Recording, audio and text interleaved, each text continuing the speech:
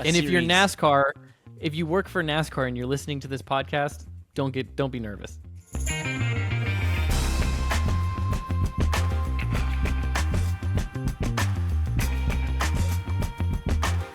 Hello and welcome to Money Lap. I'm Parker Kligerman, joined as always by Landon Cassill.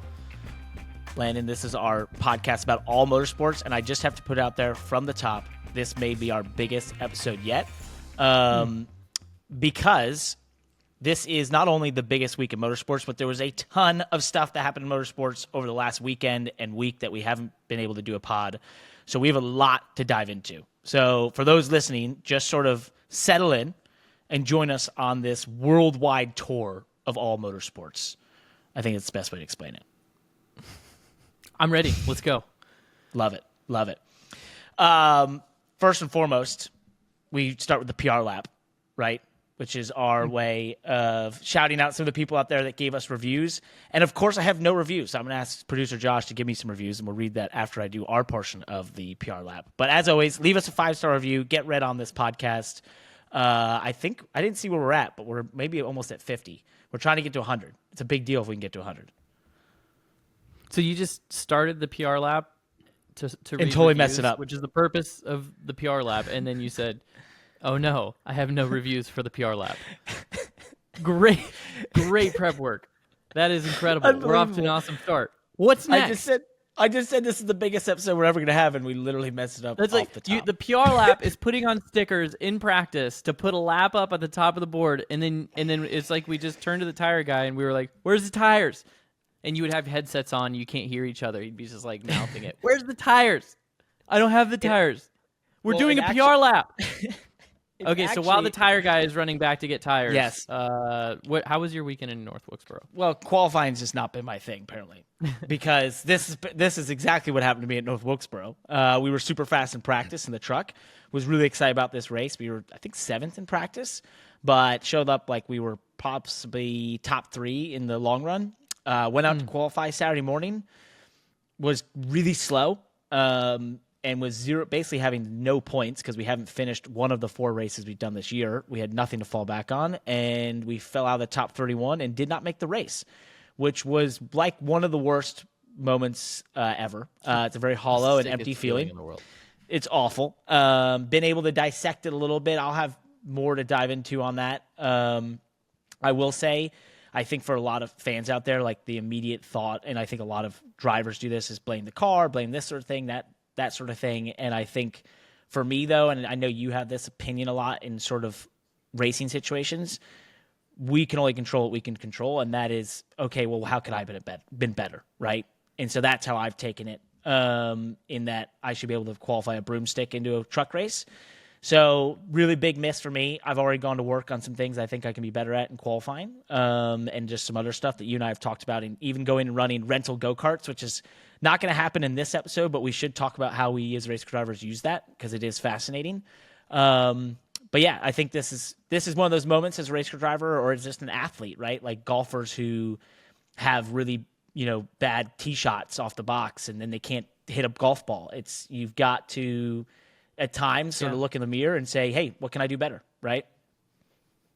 I think that one note, because I know right before we started recording the show, you said, Landon, please try not to spend an enormous amount of time on certain topics so that we don't go over an hour. But I want to note on this real quick. One thing that's interesting about what happened to you this weekend was you had what you thought you had in practice, and then you were surprised by your qualifying result, right? And a lot of times I feel like scenarios where a driver is blindsided by lack of speed in qualifying or lack of feel in qualifying is at tracks where there is a very low amount of grip, right? Yep. So if you were at a high grip racetrack, you probably would have gotten a feel for the car really quickly and in qualifying and been able to max out the car. But at a place like North Wilkesboro, and especially the fact that we don't race there very often, you've never raced there before, right? And so there's not a lot of familiarity there. I mean, that track, by the time you pull out on the racetrack, the tires are oversaturated, right? You're not even up to speed yet, and the tires are sliding. And that can make it very difficult to get a feel for what max grip is, what optimal grip is, in one lap, and it is easy to be blindsided there. I've had that before. I can't countless times. For me, Richmond is that place where I get in a rhythm in practice, and then I get in qualify. I've been top 10 in practice at Richmond and qualified in the 30s before. Well, that's basically what I did for that exact reason, because the car is sliding and you don't have a basis for the grip level. And I feel like it's more common at a track like that than it is at a high grip racetrack. It's a very interesting experience. That is really well put, well said, and it's a lot of what I've been working on internally in terms of just figuring out, okay, what did I misinterpret here, and how did we slow up so much or not gain as much speed as some of the other cars out there? So something we got to work on. Really unfortunate. Larson went on to win that race. We'll talk way more about North Wilkesboro later in the pod here. We do need to quickly expand on something from last week. So we talked about how, or at least I made the statement that Lewis Hamilton will not win an 8th World Championship, and that there's sort of this 7 championship curse across even not just motorsports, but a lot of sports. And we did name some of the other motorsports out there that have had champions of more than 7 times. But one fan out there did say there was a MotoGP rider who got 8 championships at the top level. And I'm going to butcher his name, but I think it's Giacomo Agostini, who had 8 in MotoGP at the top level. So I think you did pretty good there, because I was saying Giacomo. Giacomo, that makes way more sense. Just have to put it out there. We will admit when we're potentially wrong. And the only caveat I'll give that is, there's always that asterisk in NASCAR about modern era, which is like the idea of the late 70s on, I would say.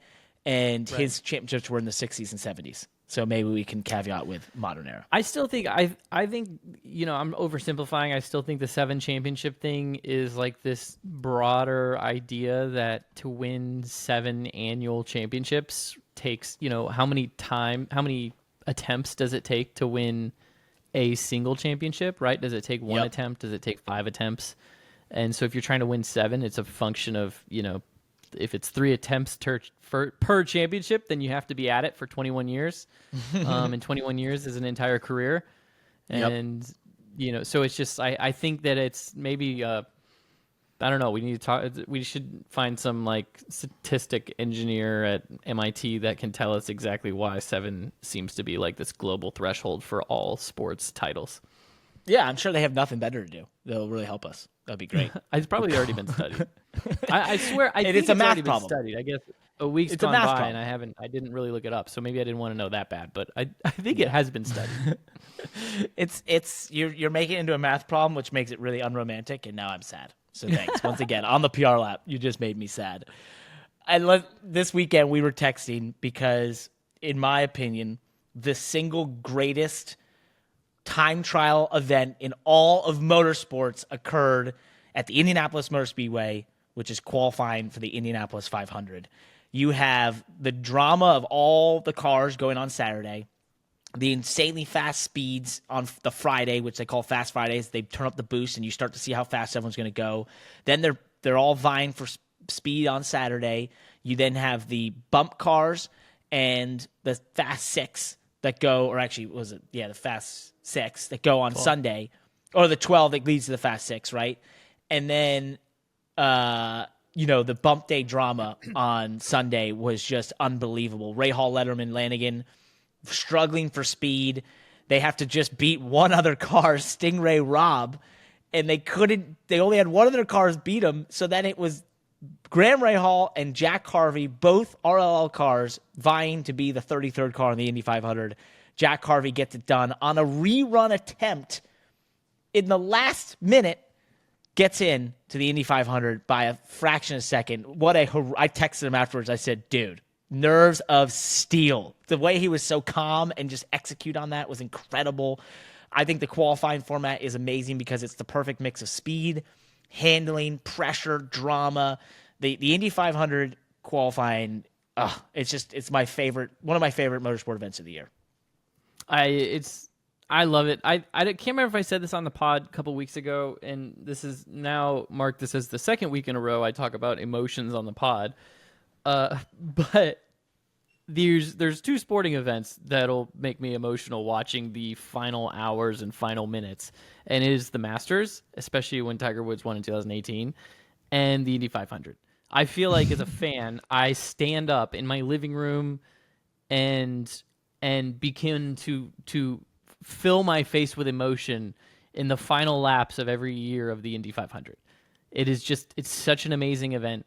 And this what we saw with Jack Harvey on Sunday was like the ultimate that was like the ultimate hype moment for me to get ready for this Indy 500 this year, to just see this passion and this excitement, everything that was on the line, this heroic effort from Jack and his team to turn that car around. When they went out with 12 minutes to go, I was almost thinking, like, did he do that for his teammate to, maybe give his teammate a chance to also go in if he bumps him? Obviously, his teammate was on pit road waiting, and I don't know those cars well enough, so maybe they had it in their minds that they could rerun it if they had to, but I wasn't even thinking that they could rerun it. I was just thinking they were leaving their teammate Graham enough time to make a run if he bumped him, or at least hopefully bump Stingray Rob. So, gosh, it was incredible to watch. It got me extremely hyped for the 500. I barely even watched the session for the pole because I was so excited for that. And moved on to the NASCAR race. Well, because it couldn't even live up to that. It was just the most. Oh, I know. It's just the most. I mean, you said the emotions, and you could see it. It's relief, it's sadness, it's Graham Rahal crying basically on camera. I mean, now just a little background. I did speak to some of my IndyCar friends today. First and foremost, that swing of events probably cost Rahal, Letterman, Lanigan probably seven figures for multiple reasons. Mm-hmm. One, obviously not having a car get in the Indy 500 is worth about $300,000 or so in prize money. They have the engine in Jack Harvey's car, rerunning it twice like that. Most likely they melted that engine down, a lot of people are saying, or at least hurt it, which could be $100,000 penalty for them. So you have the sponsorship side of whatever United, a lot of these teams apparently, because no one is locked into the Indy 500, their sponsorship contracts have clauses of giving money back if you don't make it. Okay, so it could be like a performance-based sponsorship. Yes. So there's a lot of ramifications for not making it and to be, just one car out. So it's just so wild. And I just think, that adds to the drama and the pressure and why it's just the best qualifying in the world. So, hey, before we move on from the PR lap, hold on. Go ahead. Before we move on, we did get a 5-star review out there. I did notice we're over 50 by a massive 2 reviews. We're at 52 reviews on Apple Podcasts. Thank you very much. Zach Measle here said, entertaining and informative, a bit like Action's Detrimental, but with a broader scope. Take that, Denny. A bit like Stacking Pennies, but without the incentive to be positive towards racing series operators and racing organizations. Take that, Corey. Parker keeps the train running, and Landon provides sometimes half-baked hot takes that are often thought-provoking, if occasionally stupid. It's currently my favorite podcast. Half-baked? Wait a second. Why are they so mean to you? Hot takes that are thought-provoking, but what? Thought-provoking, but if occasionally stupid. It's currently my favorite podcast. Yeah, I don't know. You call him out. Okay, Zach, where's this guy? Let's get him in here. We're moving on. You know what? Okay, so let me tell you a story. Parker, let me tell you a story. Before we get into the rest of this thing. So I'm watching King of Collectibles on Netflix the other day. And it's I don't know if you've heard of it. It's this documentary about a large collectibles auction site in New Jersey. I had no idea how valuable collectibles had been getting lately. Right, I remember the hype back in like 2021, the sports stuff. There was like this Tom Brady rookie car that went for $2 million or something. In fact, I did, guilty as charged. I dug through my parents' attic to find what I knew. I knew for sure that I had Tom Brady rookie card when I was a kid, but I couldn't find it. No avail. I digress. So I decided to take a look at my old diecast collection, and let me tell you. Not pretty. Cars are pretty old, beat up. Some good stuff. And in fact, a long time ago, I had a Twitter thread about my diecast collection. I got cool cars, but they're not in the best shape, whatever. So my son Beckham, he walks in on me sorting through this mess, and he goes, "These are old, Dad. You need some new cars. You need to upgrade your collection." I don't even know how the 7-year-old knows how to say upgrade your collection. Anyways, that's when I realized I needed to step up my diecast game, okay? So I started looking for the perfect gift for Beckham. And boy, did I hit the jackpot when I found SpoilerDiecast.com. This place is a goldmine for race fans like us. They have one of the largest inventories of in-stock products in the industry, and not just for NASCAR. They also offer diecasts for dirt, sprint cars, IndyCar, and F1. And that's not all, Parker. They even have a pre-order system in place for diecasts with $0 down option. Talk about flexibility, right? Well, hold on. It gets even better.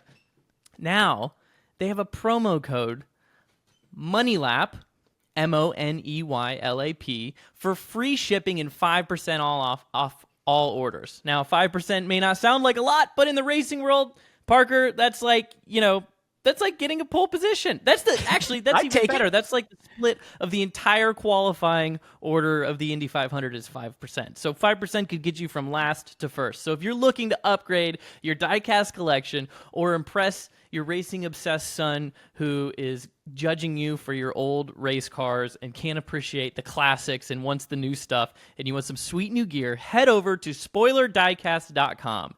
And hey, if you don't even like racing, do it for the free shipping. Trust me, you won't regret it. Bravo. I love it. SpoilerDiecast.com. That's the only place I'm buying my diecast. And as you said it, they have diecasts primarily from NASCAR, but they're expanding to all different types of motorsports.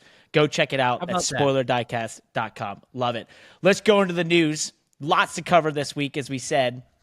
First and foremost, Stefan Wilson, IndyCar practice crash at the Indy 500 with Catherine Legg. Which means another issue for Rahal, Letterman, and Landon. She was the only car to actually qualify in and not be a part of bump day for them. Stefan, unfortunately, injured his back and will not be participating in Indy 500. So Dreyer Reinbold Racing announced that Graham Rahal has now found himself in the Indy 500, and he will be driving that number 24 car. Moving on. Sorry. I don't know if you could tell my phone started ringing. Yeah, that's a big bummer for Stefan. We raced with him on iRacing during the pandemic. I felt horrible for him seeing that, but it looked like the team was excited to announce their new driver on Twitter because they said they were excited, which I thought was kind of awkward for a team and making an announcement they're replacing an injured driver. But yeah, excited. Odd use of the word excited. What's that? Odd use of the word maybe they excited. Said they were happy to announce. Or happy. Yeah. They said they were happy to announce. Anyways. Okay. Odd. Sorry. I'm sorry. It was like an unfair awkwardness that I'm pointing out. But will they end up, because we like talking about money and sponsorship, will they end up having United Rentals on that car at all, do you think? Is there a sponsorship transfer that'll happen? I would have to think there's going to be, that's the discussion, right? How do you work it out in terms of what is Graham able to bring? What of their partners was theirs versus Stefan's versus, has to be in that race. So I'm sure that's all the behind the scenes that has to be worked out. But no, they had to overcome a manufacturer conflict. Oh, really? Yeah, I think there's a Chevy Honda manufacturer conflict there. Fun. Even more fun. So, well, yeah, we're wishing Stefan a speedy recovery. If you're interested in that kind of stuff, keep an eye on what's on that car. And sometimes, like we say, follow the money. A lot of times you can get the answer to how deals get put together when you look at the stickers that end up on the car on race day. Very well said. Very well said. Mercedes has announced they're upgrading their Brackley, quote, campus. They're not calling it a race shop factory. or factory. It is a campus now. They used to call them factories. Yeah, they used to call them factories. This might give you an idea of where I'm going with this. And I quote, "We want it to become its own little village with all the amenities and benefits that you would expect from a Silicon Valley style environment."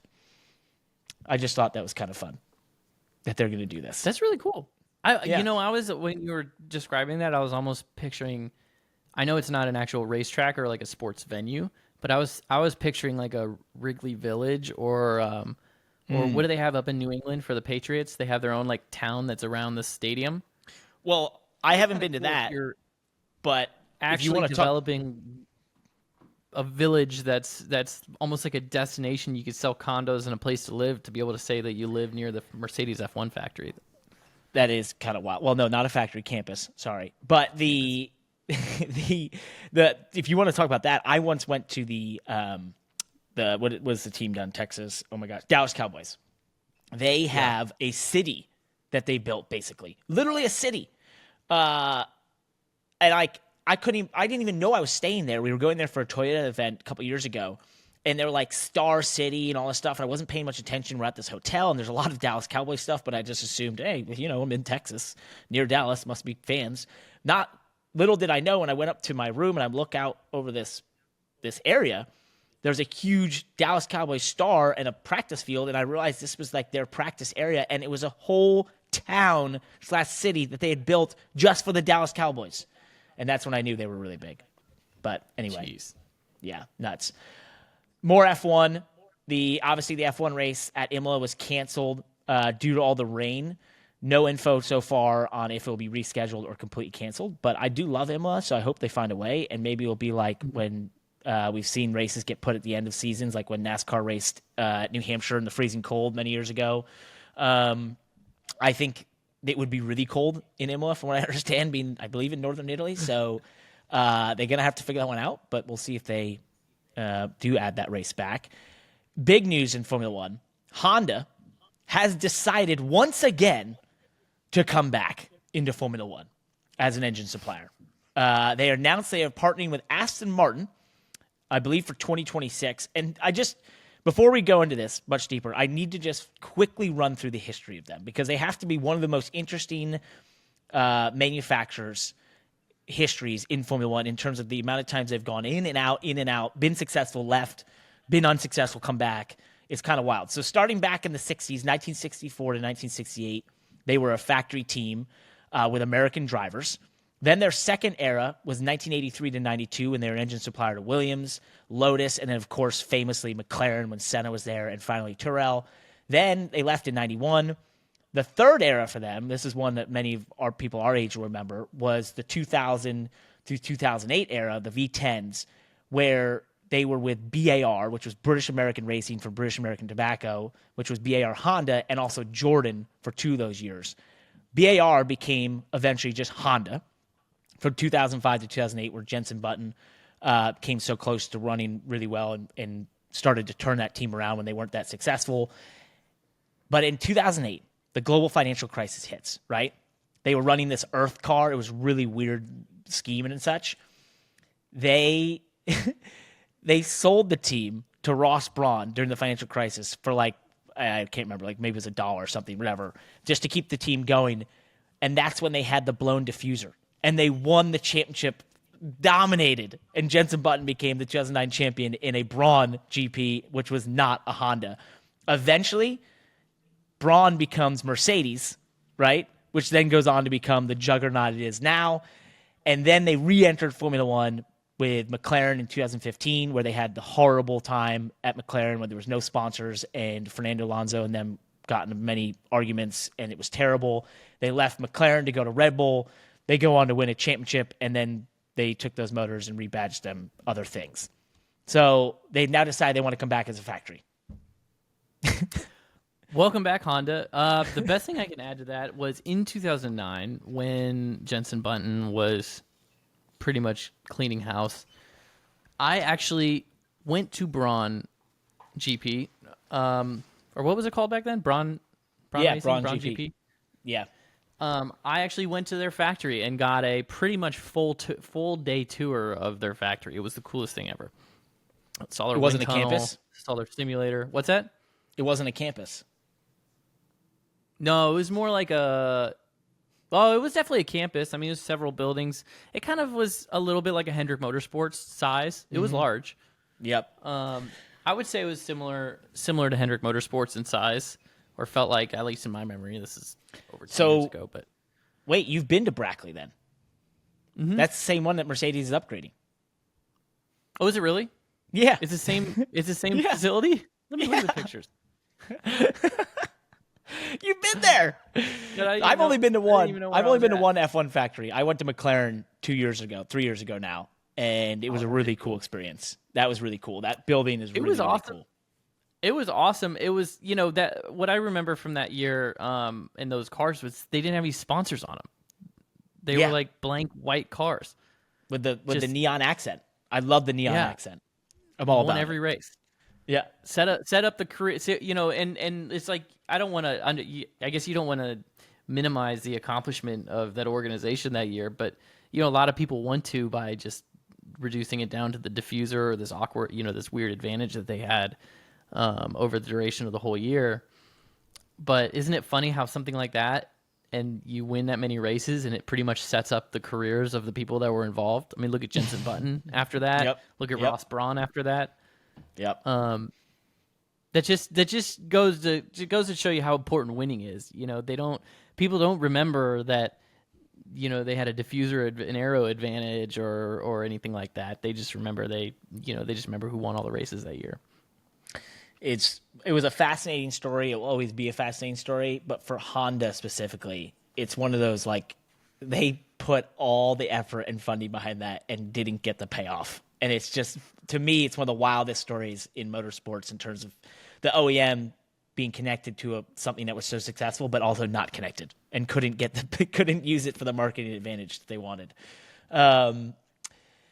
NASCAR returned, as we mentioned, to North Wilkesboro, going after that golden era, very much going back towards its roots here in the Southeast. Huge crowd support.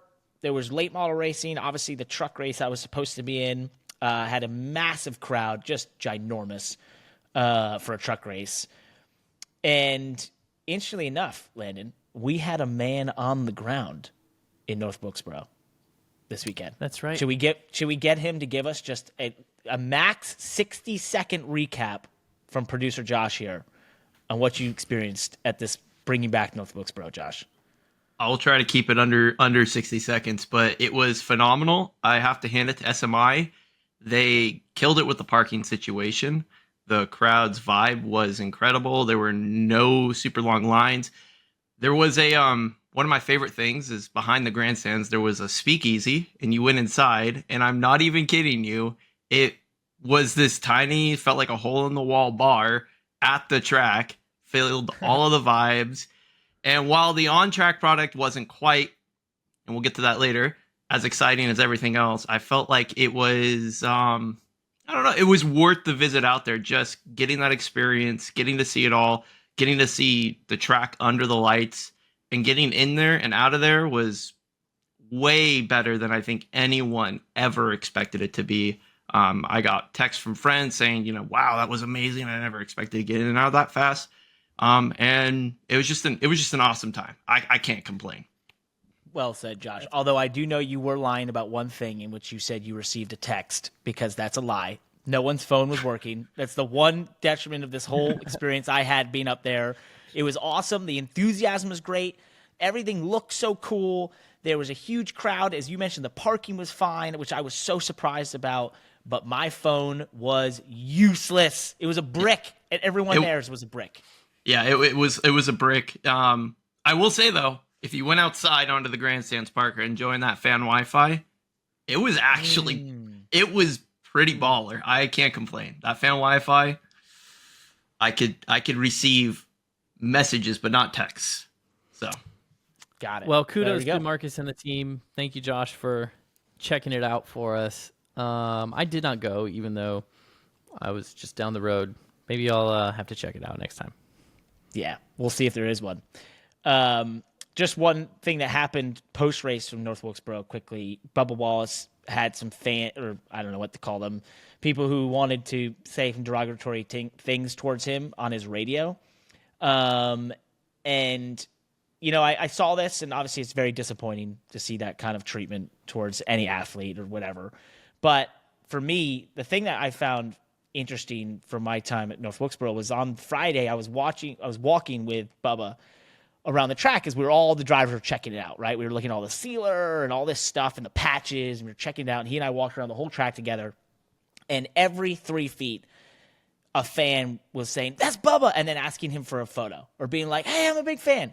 And I mean, knowing there were so many people there on Friday and knowing obviously that he gets boos and that sort of thing, which was another topic, I wonder if the people doing that in the crowd being booing and that sort of thing are the same people who are asking for his photo when he's up close and personal next to them. Because I'm telling you, the amount of people that came up and asked for his photo and pointed out and were like, "Hey, man, good job last week," or that sort of thing, was basically everyone there, and there was a ton of people there on Friday. So I don't know. I have a hard time believing that every one of those people wasn't also one of those people that's booing him when he gets introduced.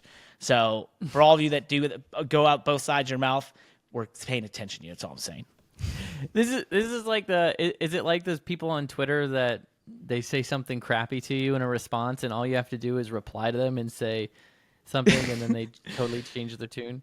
Yes, exactly. That's what I think it is. They boo them and act like idiots when they're not in front of them, but when they're in front of them, it's like, "Oh, wait a second, it's a NASCAR driver. It's Bubba Wallace. I know him. I want to take a picture." 100%. I don't know if it's the same, but I don't understand the radio thing. Like, that's just it's actually kind of crazy because it's not. I guess it's not that hard to get on a radio.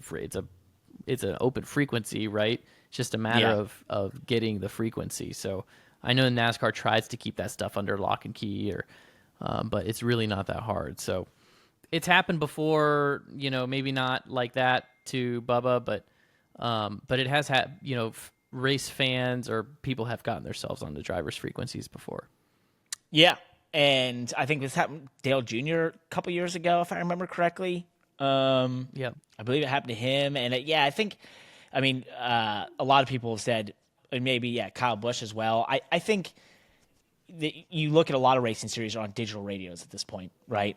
And I have to wonder, at what point do we just move the sport towards digital radios? And I know there's infrastructure. The teams would already like to be. I think that there's infrastructure involved in the TV in terms of the fans having their scanners and that sort of stuff, right? So I think that's some of the hesitation, maybe, I guess. I don't know. Mm-hmm. So it's hopefully we can get that worked out to where the fans can still get that product from us during the race, and we can be on digital radios. Yeah, well, they figured it out in Formula One, so I think we can figure it out. We'll find a way. The NASCAR Xfinity Series, no more after year 2024, potentially. No more Xfinity 10G internet, or as fast as, potentially. We'll see. It was reported this week by Adam Stern that Amazon potentially wants the naming rights and maybe a TV deal for the Xfinity Series, which would maybe be the Amazon Series, I guess. And this is something I've heard a lot about, which is that the Xfinity Series, which is if you look at the numbers, if you remove the Indy 500, it is the second, and Formula One is very close to each other in terms of TV ratings averaged throughout the whole year, right? So the Xfinity Series is a valuable series, a valuable property on TV. And so it could be a way for a streaming partner to get enough out of the package from not just have, we've heard about them wanting 6 races potentially in the midsummer, that sort of thing. It could be interesting if Amazon goes this route and the Xfinity Series ends up on streaming. I will say this. If that is the case, I would have to think the prize money would have to basically triple. Or go way up. Or quadruple. It might have to quadruple, to be honest, because you won't be able to sell.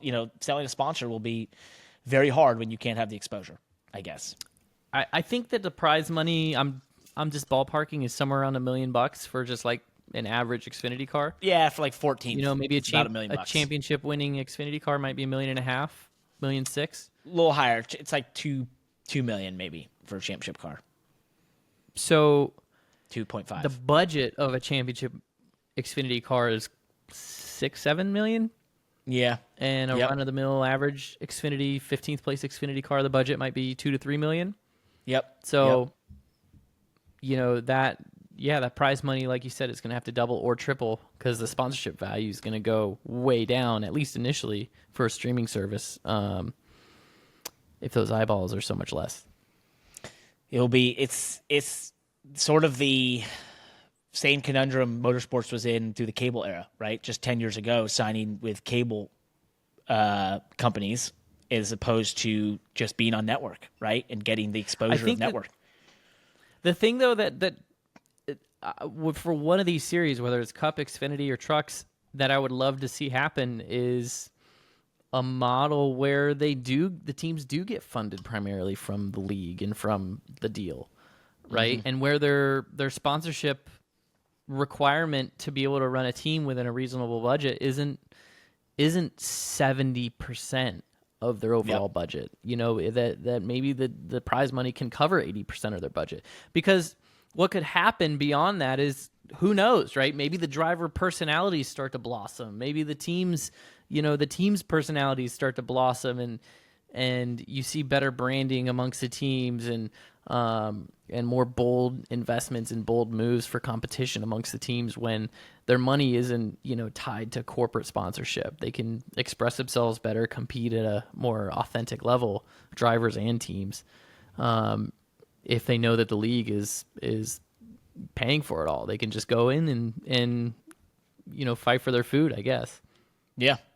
I'd love to see it. I think that's the goal with what's happening with the Cup Series, right?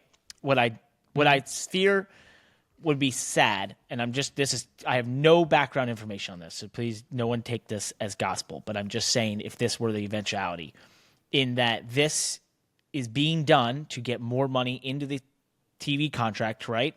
That is then just pushed all into Cup. Because if you keep Xfinity the same as it is now, put it on a streaming service, I have to think the competitiveness and the ability for those sponsors to be there evaporates. And if you don't replace that, and it's used to simply change what's happening, what everyone wants to happen in Cup, which is the exact thing you described, where at least 70% of the team's revenue comes from the actual series itself and their performance in the series, and not from sponsorship. That might be something that's happening, but I don't know that for sure. So hopefully that's not the case. Mm-hmm. That would be unfortunate.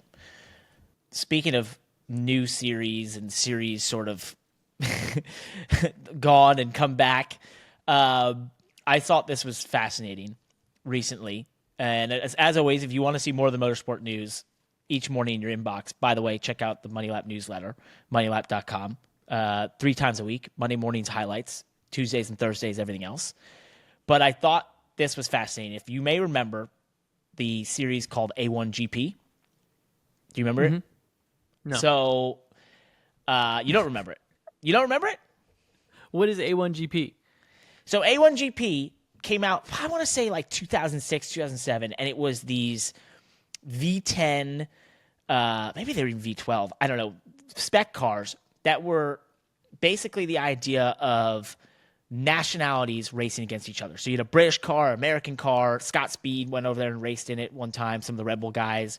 You had cars from all these different nations, and you, as a driver, went and represented your nation, and it was on the off season. And the idea was to, see what the best nation was. Well, it was very much, I think, Middle East funded, and eventually the global financial crisis crushed it, because I don't think it was doing that well. There's a group that wants to try and bring it back. And it's led by a guy who was a former team principal at Alpine F1 team, and a couple others. And look, they want to do basically the same model, although the cars are going to run on sustainable fuels, which I get. They're going to do this December to July deal. And I see this, and I thought it was such a fun series. The problem I have with this is that Formula E has already filled that gap. That's essentially how they run their series, is the off-season sort of style. It's what they started with. I don't know if this gets a lot of momentum. I don't think more racing series is the answer out there, but I did think that was a fun series. And those cars, though, you won't remember them. They were monsters. I remember driving them in R Factor and such. They were just absolute monsters with huge rear tires. And anyone who drove them said they were a lot of fun to drive, but I don't see this happening. I could see an appeal for a racing series to pop up that designs a car that is for the driver. That's just like a dream car. And we'll get into this. I mean, when we talk about aero and, all that stuff, and there's this huge, there's always this ongoing debate and all these tensions of what the drivers want and what the series want, and is it for entertainment or is it what's for best for passing? What kind of product would you get if the drivers were the ones that that drove the desire out of the car.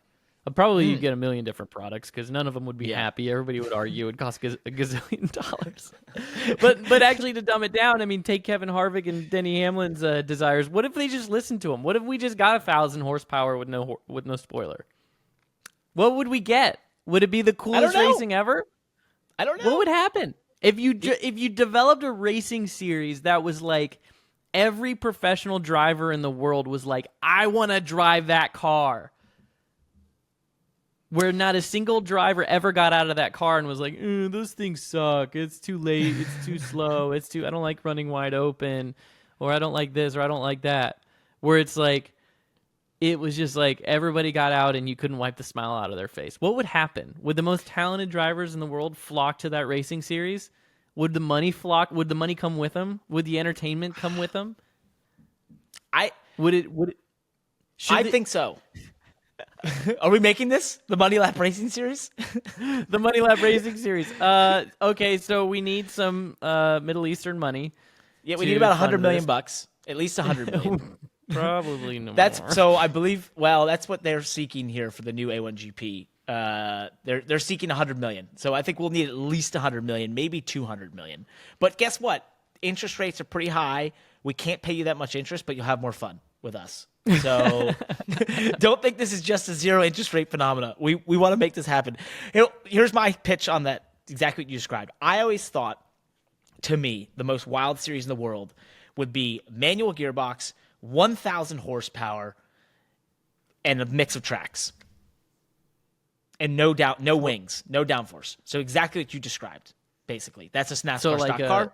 But I always thought about F1 taking or IndyCar from when did the IndyCars, back when they were still wings? USAC basically? Well, you're thinking the 1960s before they sprouted wings. So I always thought if you took like a champ car back in 07, 03, cut off the wings, take away the underbody aero, make it a massive Formula Ford with 1,000 horsepower and a manual gearbox. Let's go racing. Baby. Let's go. Or we could say the stock car version of that, right? Yeah, or the stock car. Make it a production car with 1,000 horsepower and street tires. Street tires. Ooh. I want street What kind tires. of street tire? We could probably find street tires that would handle it, but yes. Yeah, we could do it electric and make the gearbox have to work too, though. A 6-speed manual electric stock car on road tires. Okay, I think we're getting outside the scope of how an electric motor works there, Parker. No, but you can make it. No, we'll make it work somehow. I don't know how, but we'll make it work. I'm on board with making it electric, but I don't know. Well, you can make it like a sim racing. You can make like a sim racing gearbox, basically, but that defeats it. It needs to be a real gearbox. Needs to actually have a function. Yeah, it's true. Okay. All right. Well, if you're worth hundreds of billions of dollars and you have a couple $100 million to throw around and you want to fund the Money Lap Racing Series idea, if you're NASCAR, if you work for NASCAR and you're listening to this podcast, don't be nervous. Don't be nervous. We're not. You guys are fine. You got plenty of runway. A series by the drivers for the drivers. There we go. Who's on board? Come with us. Come on. All right. I love the pitch. We'll see if anyone signs up. I'm sure AJ can make a great clip out of this to get us to go viral on the internet with our pitch for more money. I love it. Awesome. Big topic. Speaking of right drivers. now. Yeah, we need to go into this because we can go a lot of ways with this one, but I believe it's important for us as two drivers to have this discussion and for the fans to hear this out there. The question is, what amount of leeway does a driver deserve in a new ride? Now, I am not saying this because currently I'm in a new ride, obviously, but this is less to do with my situation and more in Formula One. Nick DeVries, who currently drives at AlphaTauri, the Formula E champion and Formula 2 champion, 28 years old, highly touted driver, has had a tough 5 races to start the Formula 1 season. Now, immediately, the F1 media circus has taken this and run with the idea of he's going to get replaced. That's it. You can't have 5 bad races. You can't be outshone by your teammate this often. Basically it's the driver, replace him, that sort of thing. Even though the guy has an incredible resume, comes in highly touted, and obviously just is off to a bad start, they want to get rid of him. Some of this, I believe, is partly they don't have a lot to talk about. So, of course, they're going to try and find the lowest person in standings and say, this person needs to be replaced. Come on, get them out. Secondly, there obviously is the history at Red Bull where they're not really they don't give a lot of leeway. They are quite quick to get rid of drivers and move them around, as we've seen in the past, because they don't care. And it's worked for them at times. But in this case, it's not like you took a young guy with a very, unusual resume or something. He's very much a proven race car driver who has been a champion in every category before this and beneath Formula One. And now you're 5 races in and you're going to say, nah, that's it. We're done. Like, it doesn't make any sense to me. Why even make the investment? Why even go through the time of printing the guy's name onto the car? Like, if you're going to replace someone in 5 races, my God, go, that's just wild. I find it to be, I think the leeway for drivers has to be far more based on legitimate performance and not results. I get very frustrated with results as a performance mark, and less, okay, how fast is he? How close is he to a teammate? That sort of thing. So I think it's worth pointing out that it is the month of May, and May is a bloody month for motorsports. Please explain yourself. I've never Why is thought that? about this. I've never thought about this for other disciplines, but in NASCAR, we race in Charlotte in May, and it's usually like, 10, 12 weeks into a third of the way through the season, almost halfway. We're coming in on the summer months, so we're kind of getting ready to transition to our summer travels. And it just seems like May is when crew chief changes start to get talked about, driver changes start to get talked about, because by the time you get to June, July, August, if you're going to make a change for next year, the change has to be happening. Yep. Right, by June, July, August, or by let's say July, August. Yep. And so May is when it's like, all right, we've settled in. We're 10 races, 12 races into the year. We've settled in. The honeymoon stage is over between the driver and the crew chief. Who's going to get axed? Is it the driver? Is it the crew chief? Is it what has to happen, right? And these changes start to be discussed right now in May. They may not happen till June and July. So in June and July, when there's, in the Cup Series or an Xfinity Series, when there's a crew chief swap among teams or a crew chief change gets shipped and a new crew chief comes in, or a driver gets shipped and a new driver comes in June and July, you could just tweet at me and reach out to me and be like, okay, Landon was right. Because those conversations start right here in May. Yep. So very true. For whatever reason, May is just it's just when it all happens, and I think it's because, and even though F1's on a different schedule than NASCAR, they still started their season a couple weeks after us. When was their first race? March. So yep. Yeah, a couple weeks after, because we're started the end of February. Yeah, they're a couple months into the year. They've traveled together for a while. They've gotten like a good feel of how everybody works together, and they're not happy with the result, and so conversations are happening. And I want to know for our boy Nick. I agree with what Juan Pablo Montoya. He was one that was quoted in the press basically saying he needs more time, and it's not easy to get into F1. And I agree 100%, especially at F1. It's maybe especially F1, especially the Cup Series. At those high levels, I think you need a driver that gets a proper chance. And it's hard to give a proper chance to a driver because there's so many other factors that control a driver getting a chance in the first place. Is it who's paying for it really is the first big question. Is it a sponsor? Is it the manufacturer? Is it the driver's dad? Like, we don't, those are some of the biggest factors that determine it. But really, if you're just trying to give a driver a fair shot, all those other things considered, I think at that level, it takes a minimum of 2 years. To truly shake out and see what the driver's worth. And I think that maybe you could say, okay, we give him 2 years, and at the end of 2 years, we make a judgment call. But I think you really got to give him 3 years. And maybe by midway through your third year, or by the end of the third year, you can properly say, okay, this is where this guy stacks up. Now, So- I don't know how these teams evaluate drivers. Maybe they have different metrics to evaluate, and I guess that's an assumption that I'm making with no real metrics. They could have some really thoughtful metrics on like, hey, we can tell within 6 months if this guy is worth it or not. In I believe it's Jeff Burton and Steve Letarte have said, when you talk about the Cup Series, a rookie in Cup really needs 100 races to really know what you have, because it's 3 years essentially, or just maybe it's a little more than 2. And when you think about that, if you signed a Cup contract as a rookie and went in there with 3 years or 2 years of leeway, that's enough time to figure it out. Yes, it's a deep pool. It's going to be tough. There's going to be things thrown at you. You weren't, you either have to rise above or rise to, or you will or you won't, right?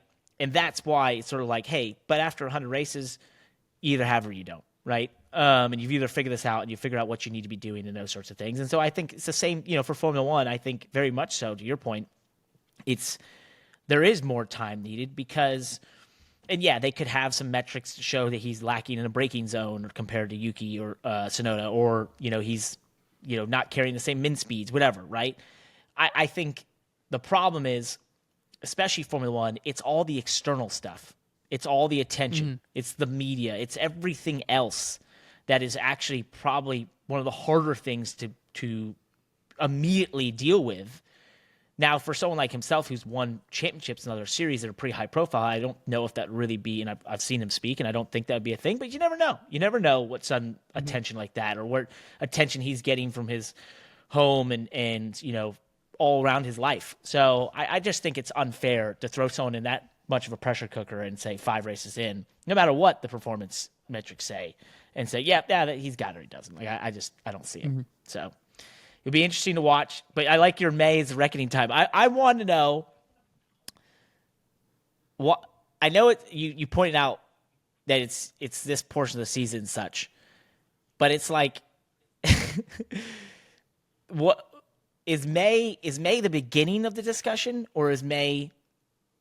It's already happened because you called May bloody. I think that May is the beginning of the discussion, and things sometimes happen in May, but I think that it's maybe when it starts to get bloody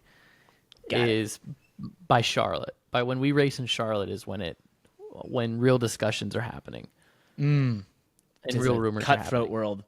Well, one guy who is definitely not in jeopardy at the moment is none other than Young Money, Kyle Larson. This week, he won some race during the week. I don't even know where. He can never keep up with it because he wins a race every week somewhere. He also won the truck race, which he wasn't at North Wilkesboro, which he wasn't supposed to be in, but he was filling in for Alex Bowman. So you got to think winning that race, knowing prize money splits and such, he probably made about $30K, because I want to talk about the money side of this with him winning the All-Star race. But let's say his main salary is somewhere around $200K a race. I don't know how that works for the All-Star race, really. But we'll just say that, and then about 50% of the so one. Just to establish, you think that Larson is getting a $7 million base, roughly? That's maybe a little. I don't know, somewhere around there. I know he signed that new contract. That could be a little high, but I'd say somewhere around there. Knowing he's a champ, and he maybe got 50% of the $1 million. I think his bonus. I think the 200,000 base. I don't know if he's making $7 million base, but that sounded high to me. But I think that your estimation of 50% for a win was low. I bet you he makes more than that for a win. You think a lower base and a higher percentage of winnings? Could be. Yeah, interesting. Okay. So do we think my point of bringing that up? All of that wrapped in a bow. The point of this is you wanted to say that you thought that he made almost $1 million this week. He made almost $1 million this weekend. Is what I was trying to get to. Thanks for killing payday it for me. That's a big payday for an hour from the house. That is a wonderful weekend, by the way. Wonderful day at the races. How'd your day go? I made about $1 million. All right, cool. I love that one. Yeah, for an hour drive or less than an hour drive from his house. Has anybody ever made well, I guess okay. F1 drivers. Well, hold on. I thought I'm of trying this. to think of a specific race where a driver made $1 million off of the race. Winning the Indy 500, it pays almost $3 million. So if they make a percentage, you make $1 million. Daytona Yep, 500, yep. same thing. What I was thinking was multiple races, because I was thinking about Tony Stewart doing the double many years ago, where he finished, what did he finish, third in the Indy 500? And then he was running in the top 3, and I think he blew up in the Cup race or something. But I was like, if he, just in prize money alone from those 2 races, he probably would have made $1 million back then. So, yeah, pretty cool.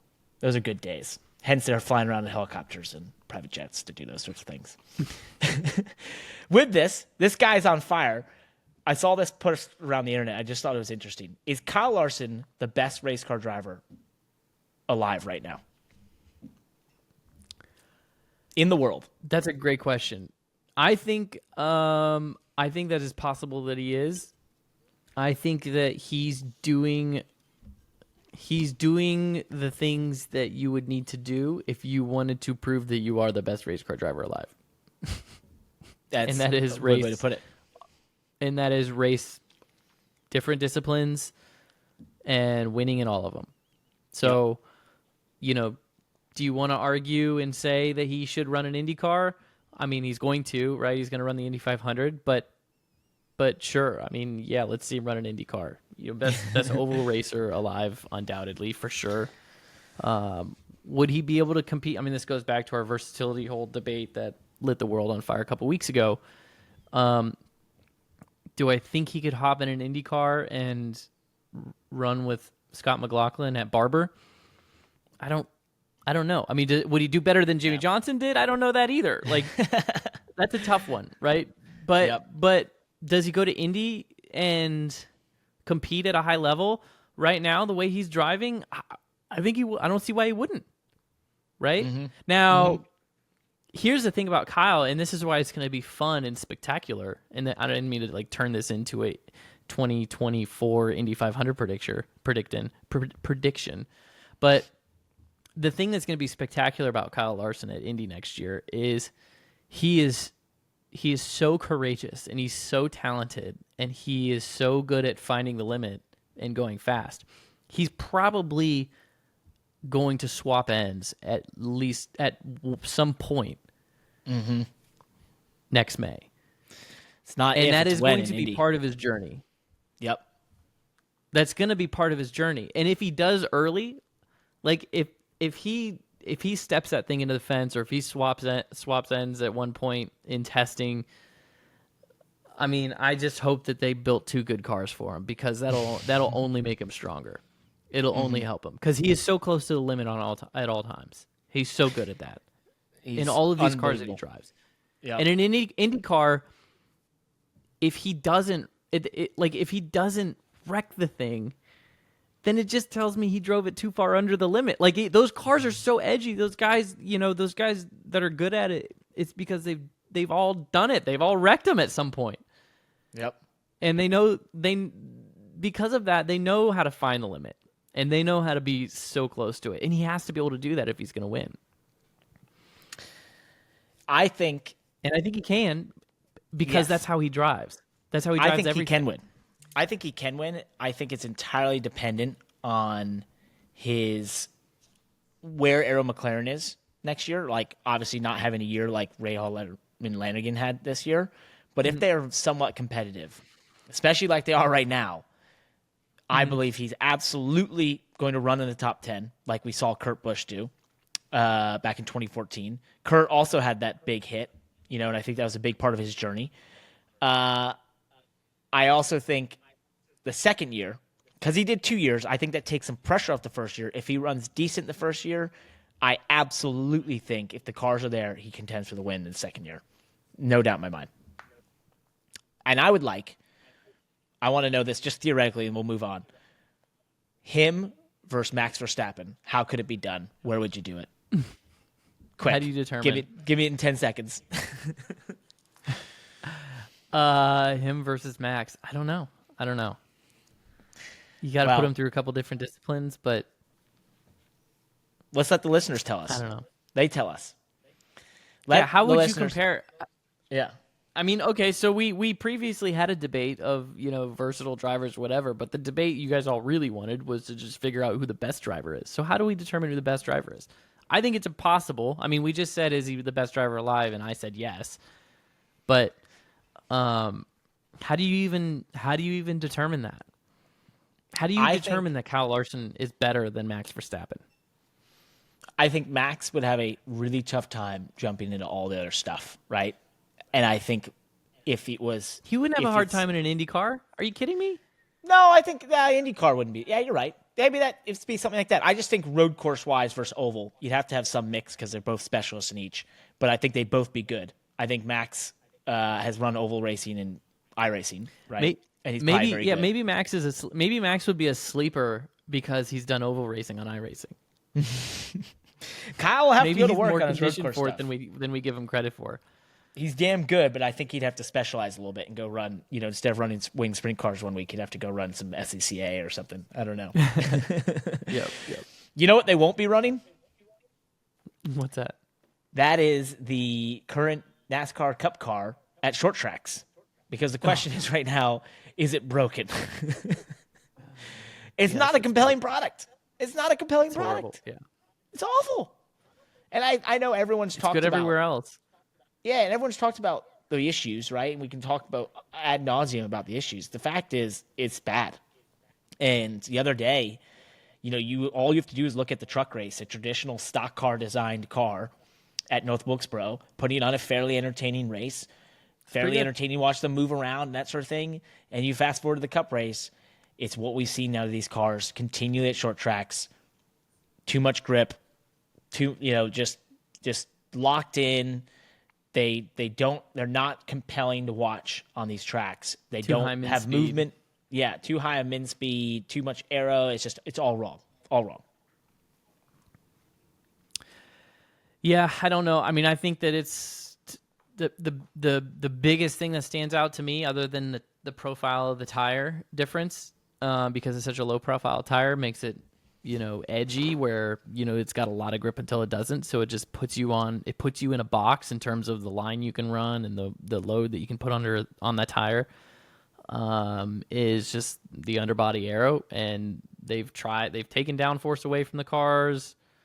The cars don't have a great big spoiler. Like, it doesn't seem like the car generates a lot of overbody aero to begin with. It's like it needs to just lose the diffuser somehow. Lose the diffuser, lose a couple inches of tire. I don't know. Get the damn thing off the ground. I don't understand the tire, because why, I don't feel like having a wide tire should be that big of a problem. I feel like the wide tire should actually allow you to have a softer tire that can wear out. Right? Well, that's what they're bringing to New Hampshire. What's that? So New Hampshire, they announced they're going to bring a softer tire starting New That'll Hampshire. Be interesting.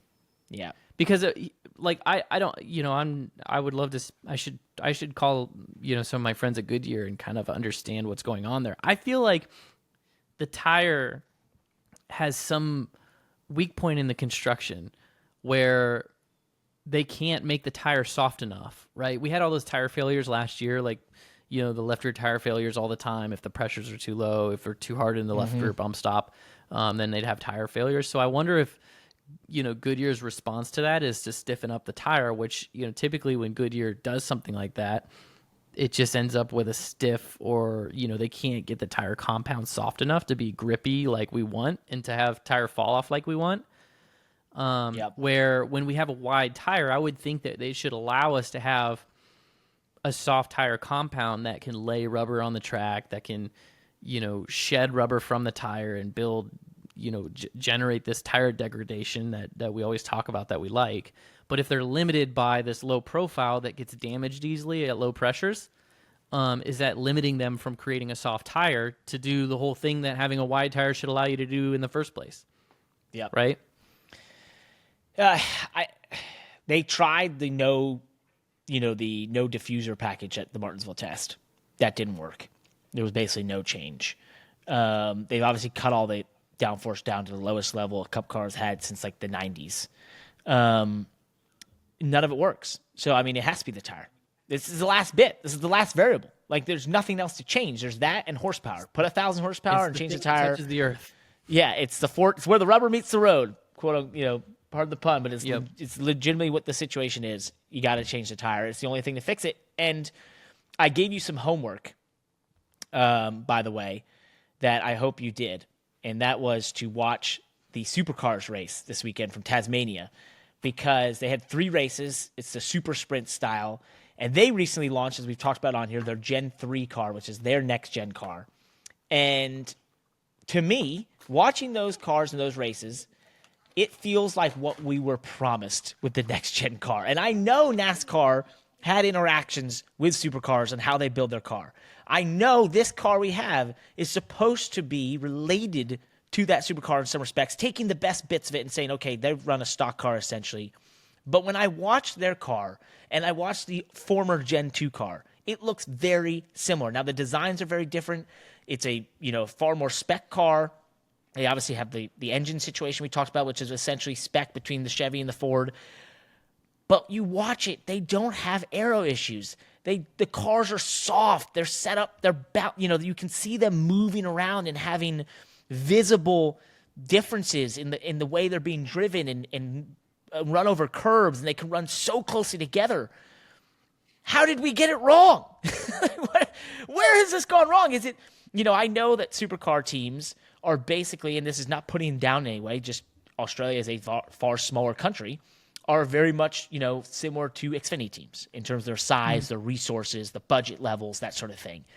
They are not Cup level. Cup level is essentially on the way to Formula One. So, you can always say that maybe resources and that sort of engineering talent ruins, the effect of what you're trying to do with a design of a car like this. But man, the Gen 3 supercar is still epic to watch on road courses, and our car, the next-gen car, is terrible on road courses and short tracks. It's like, what happened? Where did we go wrong? Yeah, I mean, even watching those cars kind of root and gouge against each other, the way they lean into each other and things like that, the cars can slide around a little bit more. They're, they can kind of lean into each other more. By the way, that hairpin at Tasmania, Isn't that cool? Yeah. That was awesome. Like, it had banking to it and some progression. They didn't run the very bottom. It was like I want to say, I wish there were more road courses that were thoughtfully designed like that. Or maybe it wasn't thoughtfully designed. I have no idea. Maybe they just built it into the landscape. But it makes me wish I could see how those cars raced on an oval. I guess we have to try it on iRacing, see if they race any good one day. iRacing on an oval. Yeah, we can try it. And that is I will say, it is one of my favorite tracks that they go to, because it's sort of like their short track, essentially. It's a very small road course with long straightaways and then really tight corners, like that hairpin at the end of the straightaway, which is awesome. And I just love it. But I think anyone out there listening, if you want to see that, just go to the Supercars YouTube page. You can see all the highlights. We should also always have it in the Monday Money Lap newsletter. So you'll see the highlights there. Short tracks, tempers, they go hand in hand. Pretty public display of that at Hickory this past weekend, as Landon Huffman and Annabeth Barnes Crum tangled after a bump and run, which led to an altercation amongst their spotters. And this is, a little bit of what we've seen out of short track racing over the years. But this looked to be sort of over the line in a lot of ways, potentially, in terms of, the reaction being a little bit over top from the action that initiated it. Yeah, did you see the video? I mean, I did. First of all, of the wreck on under caution. Yes. I would definitely say over the line. I mean, I don't want to. The first thing I want to say is, man, we don't normally see stuff like that at a local level, right? Mm-hmm. I'm talking about the crash under yellow. But then I was like, except for Bowman Gray. We have seen some. Except for Bowman Gray. We have seen some stuff over the years, right? Do you remember the guy that went through the windshield feet first? Toledo. Wasn't that Toledo? Toledo? Yeah. Yes. Yeah, it was Toledo. That was wild. I mean, that was pretty unbelievable. That went viral back like before it was cool to go viral. So it's not the first time that something ill-tempered has happened at the racetrack and somebody wrecks someone under caution. I think the thing that hits home for me, I guess I don't know Annabeth. I know Jake Crum. I actually grew up racing go-karts around him. And the reason I use that as an example is because the thing that disappoints me in it all is like these are young people. I mean, Jake he's my age, so he's 30 some, 32 or 31. But like these, so it just seems like this is happening with people 30 years and younger, right? And if I see teenagers do this in races, it's super disappointing, right? You see intentional wrecking and things like that.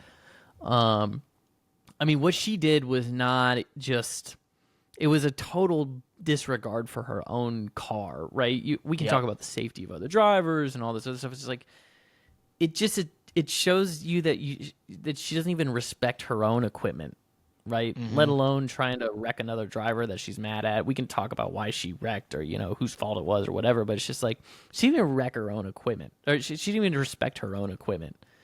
And that's disappointing. And then obviously, Jake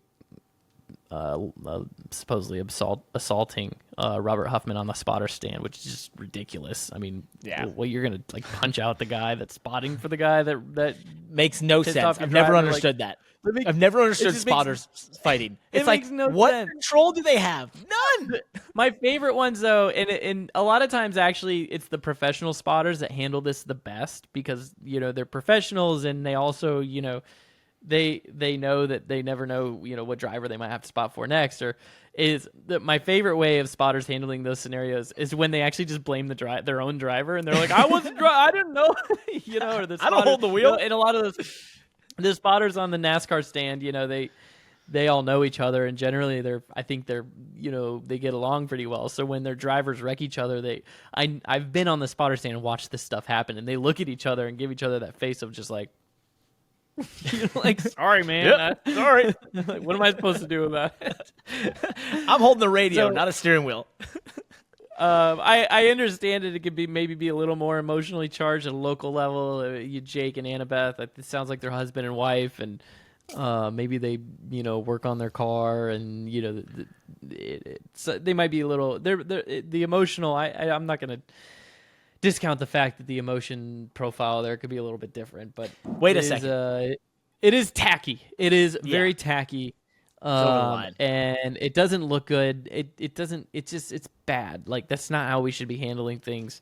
I hope if you're racing on iRacing, that's not how you handle things. I hope if you're racing at a local short track, that's not how you handle things. I've done stuff like that before. I've wrecked my car after the race or damaged my car after the race out of anger, and I've never felt better. It's never filled the hole in my heart. That was not the right thing to do. I think the biggest part of what you just brought up, spotters believing they're a bigger part of the equation than they are. Next week on the Money Lap. Does that make me think about a certain group? Man, I can't come up with it. Anyway, next week on the Money Lap, we'll dive into that one. Before we go, next week on the Money Lab, we'll have a let's spitball an idea in an argument. Oh man, I don't believe this because I have friends that are spotters. I love the value, but at some point on the Money Lap, let's game out a reason why NASCAR should get rid of spotters. Ooh, I think that'd be fun. I like that. But this weekend they will have them, and in two of these races you'll have spotters because this is the greatest weekend in motorsports land. In Memorial Day weekend, the Monaco Grand Prix, the Indy 500, and the Coca-Cola 600 all on the same day. We need to make some picks and predictions because it's just the best. You want to start? What do you think? Go ahead. All right. I'm going to say this is not much of a prediction, but I'm just going to make this pick because I'm just hoping for something that's a little more interesting than it usually is. But that is that a Red Bull will not win the Monaco Grand Prix. So I'm going to start there. Yeah. Wow. We're on a limb here. If they lock up the row. It's done. So then I'll make the easiest prediction that the winner of the Monaco Grand Prix is going to come from the front row. Right. Love it. In the Indy 500, I hope that Monaco is a close enough battle that we can see, an overtake on pit road. I think the cars are too big to see overtaking on the racetrack. They're way but too I'm damn still big. gonna watch. I'll still watch because I love it, and I love Monaco, and I'll definitely watch qualifying. But they are way too damn big. Formula One cars have become gargantuan, and it's just it's one of the more upsetting Too things big in for that motorsports. Way too big. Indy 500, I've seen some quotes. I've looked at some of what's going on. I think this could be one of those classic, very compelling Indy 500s in that there's the right level of on the edge with the cars, but they could have a bit of draft passing. So, one of those classic multiple lead changes in the last 10 laps, time it right, win the race.